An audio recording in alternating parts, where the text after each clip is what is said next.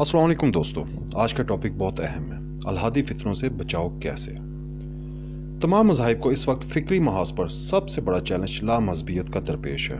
Print, electronic اور social media کے ذریعے ایک منظم انداز میں مذاہب کے خلاف شکوک و شبہات کی یلغار کی گئی ہے۔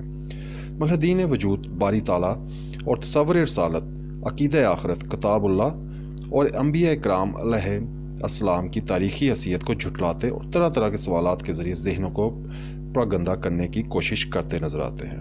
جو مذاہبین عقائد و مسائل میں پہلے ہی تضاد کا شکار اور کمزور بنیادوں پر کھڑے تھے، وہ ان کے فلسفیانہ وسوسات کی یلغار کے سامنے زیادہ دیر نہ ٹھہر سکے اور الحاد ان کے معاشروں میں بہت آسانی سے جڑ پکڑتا چلا گیا۔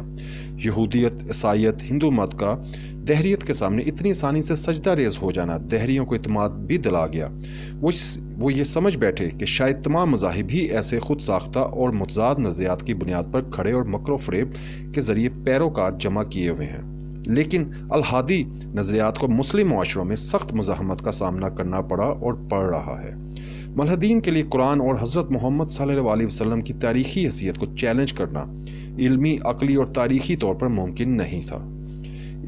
اسلام ان مسائل میں دوسرے مذاہب کی نسبت بہت واضح اور محکم دلائل اور براہین بھی رکھتا ہے۔ اس لیے انہوں نے اسلام پر حملہ کرنے کی دوسری راہ نکالی، مثلاً کمزور اور من گھڑت روایات کا سہارا لے کر اکابرین اسلام کی کردار کشی، اسلام کا تمسخر، اسلامی سزاؤں کے خلاف پروپیگنڈا، عقائد میں فلسفیانہ انداز میں شکوک و شبہات پیدا کرنا، مسلمانوں کے اختلافات کو ہوا دینا، مسلمان علماء کی کردار کشی کرنا وغیرہ۔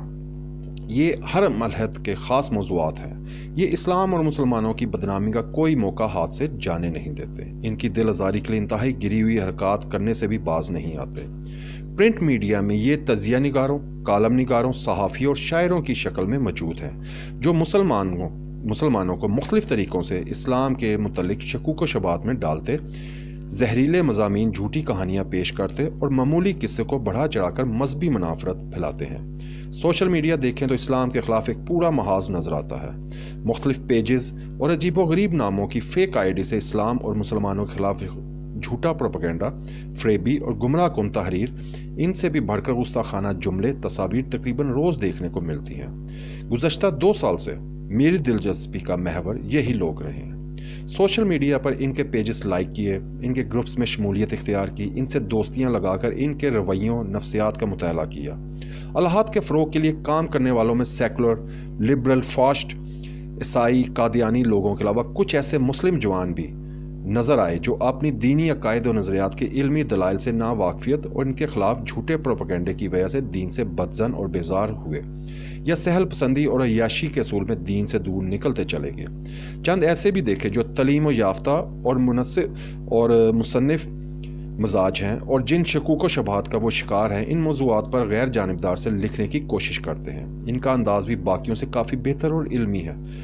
مجھے دینی راستے سے ان کے بھٹک جانے کی جو سب سے بڑی وجہ یا وہ کمی جس کی وجہ سے یہ مطالعہ اور تحقیق کے باوجود حق تک نہیں پہنچ سکے یا کنفیوژن کا شکار ہوئے نظر آئی، وہ ایک صالح علم و عمل والے شخص کی صحبت، ایک امین ناصح کے مشورے اور رہنمائی کا نہ ہونا تھے۔ بہت سے ایسے ہیں جنہوں نے سینکڑوں بڑی اچھی اور تحقیقی کتابوں کا مطالعہ کیا، لیکن ہدایت نہیں پا سکے، بلکہ الٹا مزید گمراہ ہوتے چلے گئے۔ ایک ایسے ماحول میں جہاں ایک طرف الحاد کی محنتیں عروج پر ہوں اور جدید سیکولر تہذیب کی چمک دمک آنکھیں خیرہ کر رہی ہوں، اور دوسری طرف خود مذہب کا یہ حال ہو کہ کئی قسم کے مسالک و مکاتب فکر پیدا ہو گئے ہوں، بھانت بھانت کی بولیاں بولی جا رہی ہوں اور کتابیں تصنیف کی جا رہی ہوں۔ اس افراتفری کے ماحول میں اپنی مرضی سے چند اچھے برے رائٹرز کی اہم دینی موضوعات پر کتابیں منتخب کر کے ان کا مطالعہ شروع کر دینا، ہر گری پڑی کتاب کو پڑھ لینا، کتاب کا محض ٹائٹل اور پرنٹنگ خوبصورت دیکھ کر اسے پڑھنے بیٹھ جانا، نہ کتاب کے انتخاب میں کسی عالم دین،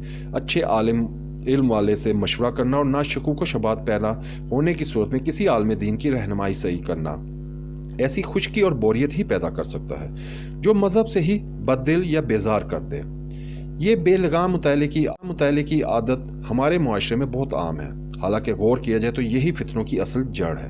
ہر فتنے کے بانی پر غور کیجیے تو یہی معلوم ہوگا کہ یہ کسی بڑے کے زیر تربیت نہیں رہا ہے۔ جب آدمی بے لگام ہوتا ہے اور کوئی اس کا استاد اور بڑا نہیں ہوتا تو بگاڑ شروع ہو جاتا ہے اور وہ جاؤ اور مال کے فتنے میں مبتلا ہو جاتا ہے۔ آج کل حالات مزید بدتر ہو چکے ہیں۔ آج سے چند سال پہلے اتنی آزاد خیالی اور فتنے نہیں تھے۔ مطالعہ اور دینی تعلیم و تربیت کا رواج تھا، جبکہ آج کے دور میں نہ دینی تربیت کا کوئی نظام ہے اور نہ مطالعے کا کوئی رجحان ہے۔ لوگ علمی لحاظ سے بالکل کورے اور کھوکھلے ہیں۔ دوسری طرف کتابوں اور میڈیا کے ذریعے ایسے فتنے سامنے آ رہے ہیں جو علماء کو بھی پریشان کر دیں۔ ایسے ماحول میں تو عوام کو خصوصی طور پر پڑھنے سننے میں بہت احتیاط اور بڑوں سے مشورے کی ضرورت تھی، لیکن افسوس پہلے سے بھی زیادہ بے احتیاطی کا مظاہرہ کیا جا رہا ہے۔ آج کے دور میں بہت سے مسلمان ایسے ہیں جنہوں نے مغرب میں پرورش پائی یا پھر اپنی تعلیم مغرب سے حاصل کی۔ یہ لوگ لٹریچر پڑھتے ہیں، وہ زیادہ تر غیر مسلم مصنفین کا ہوتا ہے۔ ایسے لٹریچر میں بہت سے ایسے افکار بیان کیے جاتے ہیں جو بظاہر تو بہت مفید ہیں، بے ضرر اور اسلامی تعلیمات کے عین مطابق نہ صحیح تو اسلامی اصولوں سے زیادہ دور بھی نظر نہیں آتے، لیکن اگر ان کا افکار کا بغور جائزہ لیا جائے اور ان کے پس پشت فلسفے کو سمجھا جائے تو کسی بھی سلیم فطرت انسان پر یہ بات واضح ہو جائے گی کہ ان کا اسلامی تعلیمات سے کوئی تعلق نہیں، بلکہ بعض اوقات یہ آپ کو گمراہی اور الحاد کی طرف لے جاتے ہیں۔ اس دور میں علم و عمل والوں کی صحبت کی اہمیت اور ضرورت پہلے سے زیادہ ہے۔ مانا کہ آج کل بہت سے بہروپی عالم دین بننے کی کوشش کرتے ہیں، لیکن سوال یہ ہے کہ کیا جعلی ڈاکٹروں کی وجہ سے کسی نے ڈاکٹروں کے پاس جانا اور علاج کروانا چھوڑا؟ جس طرح روحانی علاج کے شعبے میں ہزاروں جعلی ڈاکٹر موجود ہیں، اسی طرح جسمانی علاج کے شعبے میں بھی ہیں۔ جنہیں علاج یا اصلاح کی طلب ہوتی ہے، انہیں کوئی مسئلہ نہیں ہوتا، وہ اپنا معالج ڈھونڈ ہی لیتے ہیں۔ ایک مثال دے کر میں اپنی بات کو ختم کروں گا۔ ایک گھر کے اندر رات کو اندھیرے میں چوہے چھچھندر کودتے پھرتے تھے۔ گھر والا ایک ایک کو پکڑ کر نکالتا، مگر پھر وہ سب کے سب دوبارہ اندر آ جاتے۔ ایک عاقل نے کہا، میاں یہ سب اندھیرے کی وجہ سے کودتے پھرتے ہیں، تم لیمپ روشن کر دو، یہ سب خود ہی بھاگ جائیں گے۔ چنانچہ لیمپ روشن کیا گیا تو وہ سب اپنے اپنے بلوں میں گھس گئے۔ آج ہمیں پہلے سے کہیں زیادہ علماء حق کی صحبت میں رہنے کی ضرورت ہے۔ السلام علیکم ورحمۃ اللہ۔